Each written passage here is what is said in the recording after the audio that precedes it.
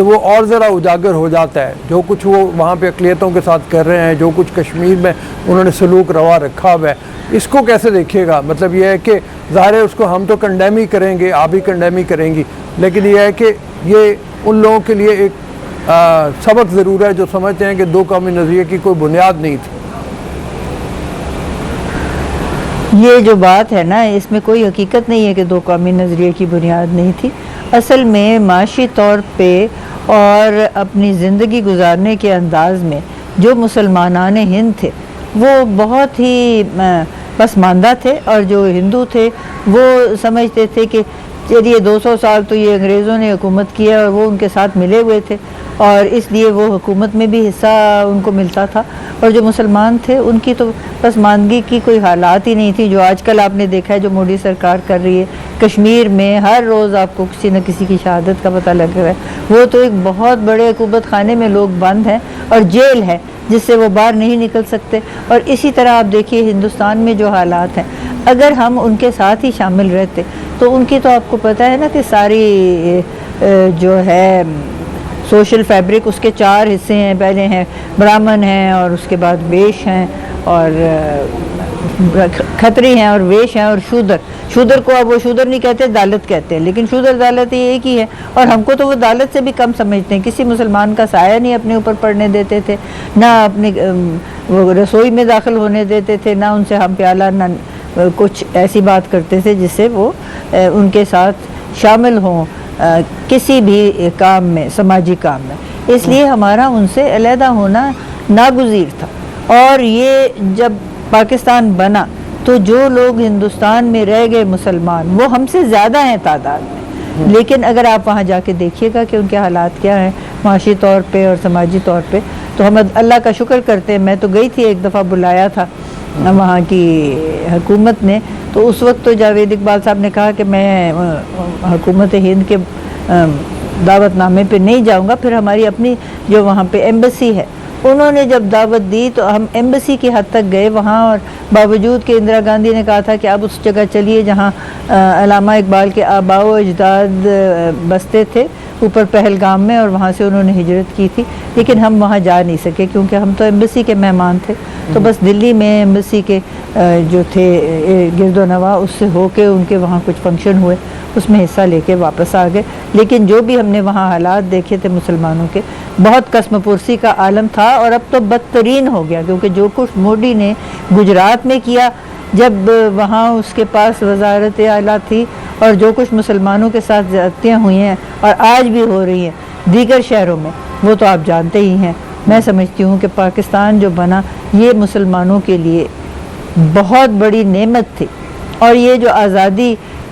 ہمیں یہاں حاصل ہے اس کا ہمیں جتنا بھی ہم اللہ تعالیٰ کا شکر کریں وہ کم ہے. یہ فرمائیے, علامہ اقبال کے جو اقوال ہیں, علامہ اقبال کی جو سوچ ہے, جو فکر ہے, اس کو اگر دیکھا جائے تو آپ کیا سمجھتی ہیں وہ کیا پوائنٹ ہوگا جہاں پہ انہوں نے سوچا ہوگا؟ وہ خواب جو ہے ظاہر ہے بہت سوچ کے بعد آیا کہ جہاں پہ انہوں نے سوچا کہ مسلمانوں کے لیے ایک علیحدہ وطن کی ضرورت ہے. وہ فکر کیا تھی؟ وہ فکر جو ہے وہ آج کے نوجوان کو میرے خیال میں بتانا اور زیادہ ضروری ہو گیا. ابتدا میں تو علامہ اقبال نے یہی سوچا تھا کہ اگر بر صغیر ہند میں خود مختار صوبے ایسے ہوں ود ان اور وداؤٹ انڈیا, انہوں نے 1930 میں فرمایا تھا الہ آباد ایڈریس میں کہ ہمیں چاہیے علیحدہ ایسی خود مختار ریاستیں جو ایک بہت بڑے وفاق کے اندر ہوں لیکن ہم رہیں اکٹھے.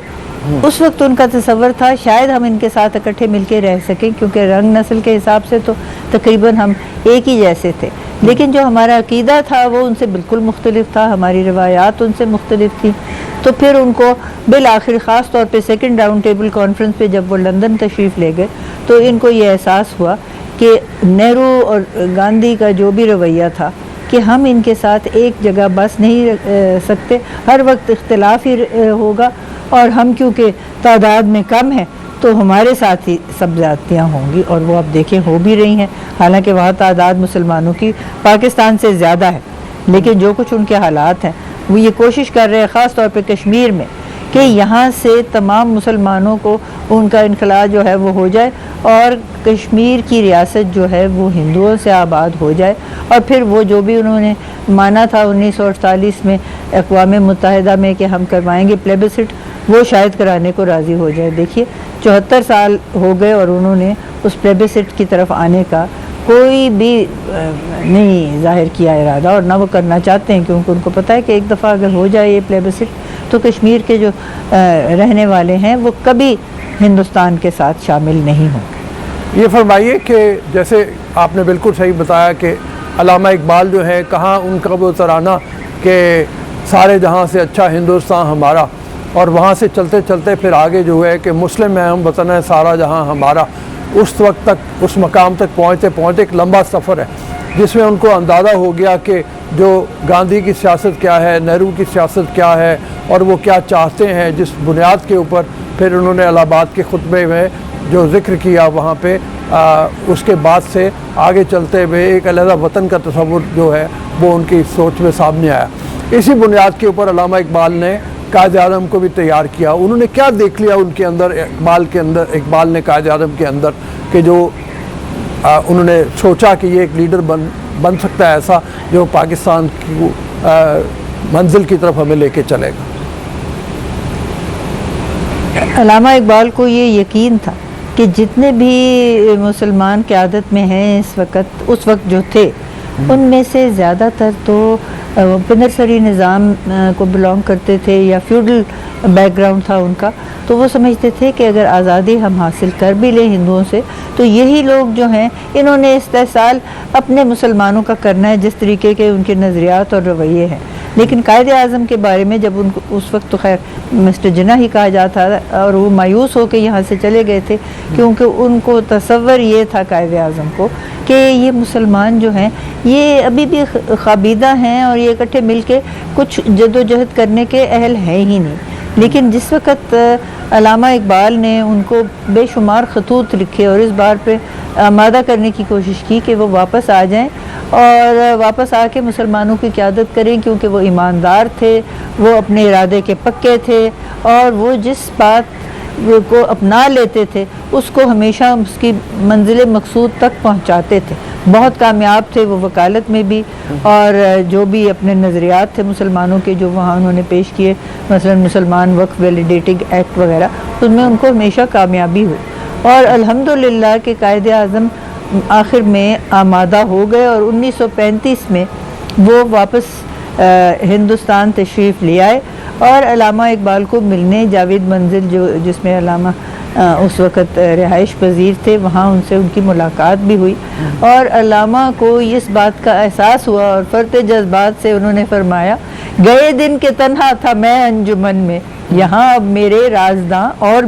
بھی ہیں۔ تو انہوں نے پھر قائد اعظم سے یہ درخواست کی کہ آپ شروع کیجئے پاکستان کی تحریک۔ بالکل ٹھیک ہے۔ تو 1940 میں قائد اعظم نے پھر کچھ وقت لگا نا لوگوں کو منظم کرنے میں۔ 1940 میں جب منٹو پارک تھا وہاں پہ اجتماع ہوا مسلمانوں کا، اور دور دور کے علاقوں سے وہ تشریف لائے جتنے بھی مسلمان تھے، شہری اور شہری تو نہیں تھے اس وقت، تو غلام ہی تھے، وہ وہاں آئے، اور لاکھوں کا مجمع تھا جس کو قائد اعظم نے ان کو تقریر میں اس بات پہ اکسایا یا راضی کیا کہ وہ پاکستان کی تحریک میں حصہ لیں، اور انہوں نے کی اپنی تقریر انگریزی میں۔ وہاں زیادہ تر لوگ تو ان پڑھ تھے، کیونکہ مسلمانوں کے پاس اس وقت باوجود سر سید احمد خان کی اتنی کوشش کے تعلیم بہت کم تھی، لیکن لوگوں نے ایسے چپ کر کے سنا کہ اگر سوئی بھی وہاں گرتی تو اس کی آواز آتی۔ تو جب کسی نے ان سے پوچھا کہ آپ کو کیا سمجھ آ رہی ہے کہ آپ ایسے سناٹا ہوا ہے اور آپ سن رہے ہیں، تو سب لوگ یہی یک زبان ہو کے انہوں نے کہا کہ ہم چاہے ہمیں ان کی زبان سمجھ نہ آئے، ان کا لہجہ ہے جو لب و لہجہ ہے، ان کا رویہ ہے، ان سے ہمیں یقین ہے کہ یہ جو بھی چاہتے ہیں ہمارے لیے وہ ہماری فلاح کے لیے چاہتے ہیں، اور یہ کوشش میں پورے اتریں گے، اور یہ ایماندار ہیں، اور ہم ان کی قیادت کو قبول کرتے ہیں۔ اور وہاں پہ پاکستان کا نعرہ بھی لگا اور جتنے بھی لوگ تھے انہوں نے وہ قرارداد پاکستان منظور کی، جس کی وجہ سے پھر تحریک پاکستان شروع ہوئی۔ خواتین کی قیادت اس وقت محترمہ فاطمہ جناح نے کی، جو قائد اعظم کی بہن تھی، اور قائد اعظم خود تمام علاقوں میں تشریف لے گئے اور زیادہ تر انہوں نے نوجوانوں کو اپنے ساتھ شامل کیا، کیونکہ اصل میں تو جو سرمایہ ہے قوم کا وہ تو نوجوان ہی ہیں، آج بھی وہی ہیں۔ دیکھیے 64% ہماری آبادی نوجوانوں کی ہے، اور میں نے تو دیکھا ہے کہ ہمارے نوجوان پرعزم بھی ہیں اور ذہین بھی ہیں اور ایماندار بھی ہیں، اور جن 3 چیزوں سے قائد اعظم نے ہمیں منع کیا تھا، نیپوٹزم، جابری اینڈ کرپشن، اس بات میں وہ یقین نہیں کرتے۔ ہمارے یہاں تو آپ دیکھیے گا نا کہ جو معاشرہ ہے اس میں جو نیپوٹزم، اس کا مطلب ہے کہ اقربا پروری، یہاں پہ کچھ ایسے ہمارے اوپر خاندان مسلط ہو گئے، وہ سمجھتے ہیں کہ نسل در نسل یہ ہمارا حق ہے کہ قیادت ہمارے پاس ہی رہے۔ مثلاً وہ کہتے بھی ہیں some families were born to rule۔ اس کا اسلام میں کوئی تصور نہیں۔ اسلام تو جمہوریت پہ یقین رکھتا ہے، اور اللہ تعالیٰ نے قرآن میں فرمایا ہے آپ اپنی امانتیں ان کو سونپیں جو ان کے اہل ہوں۔ تو آپ بتائیے، آپ کے اور میرے پاس تو شاید کچھ پھر بھی ہو کوئی ایسی چیز جس کو ہم سمجھتے ہیں کہ وہ خاص امانت ہے، جو عام پاکستانی شہری ہیں ان کے پاس تو کیا چیز ہے سوائے ایک ووٹ کے، اور یہ ووٹ امانت انہوں نے ان کو سونپنی ہے جن کو وہ سمجھتے ہیں کہ وہ اسکیل ہو۔ تو جو منشور پیش کرتی ہے کوئی بھی یہاں پہ پارٹی، اس پہ جو لوگ یقین رکھتے وہ ان کو ووٹ دیکھتے ہیں۔ اور میں سمجھتی ہوں اگر یہ جمہوریت رہتی 74 سال تو ہم اب سے بہت آگے نکل گئے ہوتے، لیکن یہ جو جمہوریت میں بہت دفعہ ایوب خان کا اور پھر ضیاء الحق کی تو خیر آپ بات ہی نہ کیجیے، جو کچھ اس نے ہمیں کئی صدیاں پیچھے لے گیا، اور اس کے بعد یہ مشرف جو انلائٹنڈ میجوریشن کہتا تھا، یہ کوئی انلائٹنڈ میجوریشن نہیں تھی، صرف اپنی ذات کی خاطر جو کرنا تھا اور اس نے ہمارا آئین بھی جو تھا پامال کیا، 1 دفعہ نہیں 2 دفعہ۔ انہوں نے بھی سرمایہ لیا ہوا ہے پاکستان کا، اور جو اور بھی ایسے ہیں جن کے پاس پہلے اقتدار سونپا گیا اور وہ اپنے وہ پورے نہ کر سکے منشور کا جو بھی انہوں نے کیا تھا، ان کے عمل کا بھی حساب ہونا ہے، ہمارے اپنے عمل کا بھی حساب ہونا ہے، بلکہ ہر جو ہے 14 اگست اس پہ ہم کو عمل کرنا ہے جو علامہ نے فرمایا ہے، صورت شمشیر ہے دست قضا میں وہ قوم کرتی ہے جو ہر زماں اپنے عمل کا حساب۔ میں نے اپنے عمل کا حساب کرنا ہے، میں نے کیا کیا اس قوم کے لیے، میرے سامنے تو پاکستان بنا تھا، آپ نے کیا کیا، اور جو ارد گرد ہمارے دوسرے افراد ہیں انہوں نے کیا کیا ہے۔ اور اگر ہم کچھ نہیں کر سکے تو اب بھی ہمارے پاس موقع ہے، ہم تجدید عہد کریں کہ 74 سال ایک ملک کی زندگی میں کیا ہوتا ہے۔ بہت ہمارے پاس ابھی منازل اور ہیں، اور انشاءاللہ اگر ہم اتحاد، تنظیم، یقین محکم کو اپنائیں، اور یہ جو ہم اقربا پروری کر رہے ہیں اور بے ایمانی کر رہے ہیں، کرپشن کی تو بیسک وجہ یہ ہے کہ جب ہندو یہاں سے چلے گئے، کوچ کر گئے ہندوستان، اپنے ساسے یہاں چھوڑ گئے اور ہمارا ایمان ساتھ لے گئے، جنہوں نے وہ ہندوستان کی کبھی شکل نہیں دیکھی تھی انہوں نے یہاں کلیمیں ڈال کے اور تمام جو تھی املاک وہ ہتھیار لی، اور جو اصل میں وہاں سے آئے تھے مہاجرین، ان میں سے معلوم نہیں کتنوں کو کیا کچھ ملا بھی یا نہیں ملا، لیکن یہ عادت ایک ہو گئی لوگوں کو کہ بغیر کچھ کیے دروغ گوئی سے حاصل کر لیں کچھ بھی، تو وہ پھر اس بے ایمانی کے انداز میں ایک ہو گئے شامل، اور اس کا نتیجہ ہمارے لیے بہت ہی برا ہوا۔ یہ ہمارے نوجوان اگر یہ تینوں باتوں سے ہمیں چھٹکارا دلاتے ہیں، ایک تو اقربا پروری، ایک سفارش، اور تیسری بے ایمانی، تو میں سمجھتی ہوں پاکستانی قوم جیسا تو ہے ہی کوئی نہیں، خاص طور کے ہمارے نوجوان بہت ذہین بھی ہیں، پرجوش بھی ہیں، اور کچھ کرنا چاہتے ہیں، اور موقع دینا ہے۔ جو بیٹھے ہوئے ہیں نا بزرگ، جنہوں نے ہر چیز کے اوپر ایسے اپنا قبضہ کیا ہوا ہے کہ جیسے یہ شیر مادر ہوتا، یہ شیر مادر نہیں ہے، اس لیے اب وقت آیا ہے کہ یہ اس کو آگے بڑھائیں اور نوجوانوں کے حوالے کریں تاکہ وہ اس کو لے کے چلیں۔ آپ یہ فرمائیے کہ علامہ اقبال نے بھی اپنا محور جو بنایا سوچ کا، وہ نوجوانوں کو بنایا، اور قائد اعظم نے بھی اپنا محور جو بنایا وہ نوجوانوں کو بنایا، اور اب آپ بھی یہ کہہ رہی ہیں کہ نوجوان جو ہیں، نوجوانوں کے لیے اگر اقبال کے میسج کے وہی تو قوم کا سرمایہ ہے۔ جی بالکل آپ صحیح کہہ رہی ہیں۔ جی اقبال کی سوچ کو نوجوانوں کو منتقل کرتے ہوئے 3 چیزیں تو آپ نے کہہ دی، اور وہ یہ ہے قائد اعظم کی بھی سوچ کو اقربا پروری سے نجات حاصل کریں، کسی بھی صورت میں کرپشن کے دائرے سے باہر نکلیں اور ملک کو آگے بڑھائیں۔ اس کے ساتھ تعلیم کے اوپر بہت زیادہ زور دیا ہے اقبال نے بھی، تو اس تعلیم کے حوالے سے فرمائیے۔ یقیناً جی یہ دیکھیے زبانی تو جمع خرچ بہت ہو چکا۔ سر سید احمد خان تھے پہلی دفعہ جنہوں نے جنگ آزادی جب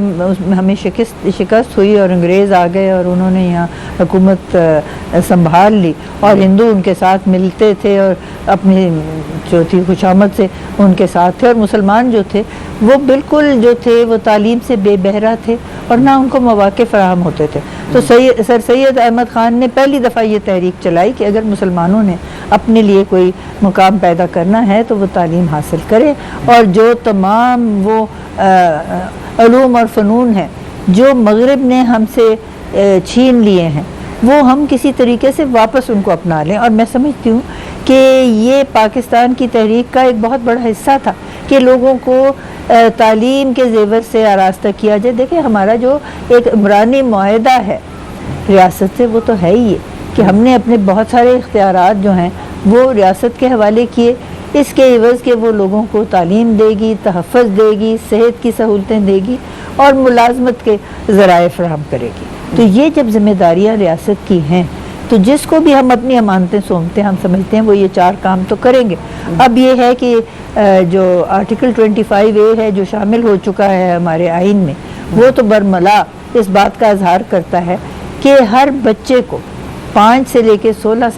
سال کی عمر تک مفت اور لازمی تعلیم حاصل کرنے کا حق ہے، اور یہ ریاست فراہم کرے گی۔ اور یہ پھر ایجوکیشن ایکٹس بھی اس کے تابع ہیں جو بنے ہیں، لیکن بظاہر تو اسکول کھلے ہوئے ہیں لیکن اسکولوں میں کیا حالت ہے؟ جو ہے لیان اقتدار انہوں نے اپنے رشتہ داروں کے نام لکھائے ہوئے، گوسٹ اسکول جس کو کہتے ہیں وہ چل رہے ہیں۔ آپ وہاں جا کے دیکھیے، وہاں گائے بھینسیں بندھی ہوئی ہیں اور یا وہاں شادی ہال بنے ہوئے ہیں، اور بچے جو ہیں وہ خود باہر بیٹھے ہوئے ہیں ٹاٹوں کے اوپر اور کوشش کر رہے ہیں کہ اپنے ایک دوسرے کو سکھائیں، یا کوئی ایسے باضمیر افراد ہیں جو مخلصانہ طور پہ ان کو کچھ نہ کچھ سکھانے کی کوشش کرتے۔ لیکن اس کو منظم کر کے ریاست نے یہ ذمہ لینا ہے، اور اگر ریاست از خود سارا کچھ نہیں کر سکتے تو پھر آپ اور میں اور ہم جیسے جتنے شہری ہیں جو رکھتے ہیں کچھ نہ کچھ اس قسم کی استطاعت کہ ہم بچوں کی تعلیم میں کچھ کریں، ان کو اپنا حصہ ڈالنا ضروری ہے۔ ٹھیک ہے، بہت مہربانی، آپ کا بہت بہت شکریہ ٹائم کے لیے۔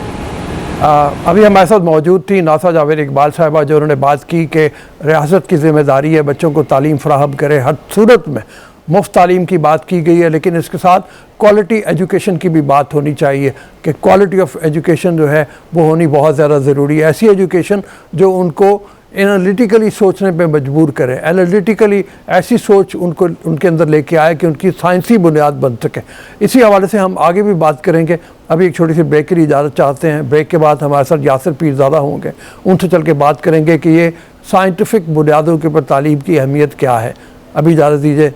بریک کے لیے، پھر ملتے ہیں بریک کے بعد۔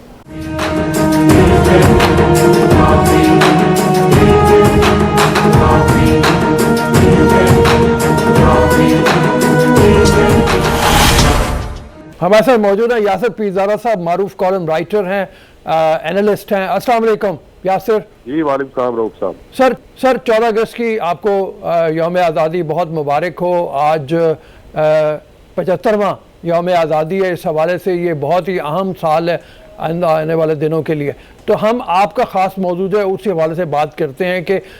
ابھی تھوڑی دیر پہلے میری ناسا جاوید اقبال صاحبہ سے بات ہو رہی تھی اور وہ کہنے لگی کہ نوجوانوں کو ہمیں ٹارگٹ کرنا چاہیے۔ اقبال نے بھی نوجوانوں کو ٹارگٹ کیا، قائد اعظم نے بھی نوجوانوں کو ٹارگٹ کیا، اور آپ بھی اپنی فکر میں اپنے کالم میں جس طرح سے ذکر کرتے رہتے ہیں، اس میں فرمائیے کہ تعلیم جو بہت بنیادی حق ہے، تعلیم جو فرض بھی ہے ہر نوجوان کا حاصل کرنا، وہ کون سی تعلیم ہے جس کو اسے حاصل کرنا چاہیے؟ روایتی تعلیم میں تو انالیسس ختم ہو گیا، آپ ہمیشہ اس بات پہ زور دیتے ہیں کہ انالیٹیکل تعلیم ہونی چاہیے، سائنٹیفک بنیادوں کے اوپر حاصل کی گئی تعلیم ہونی چاہیے، اس حوالے سے فرمائیے۔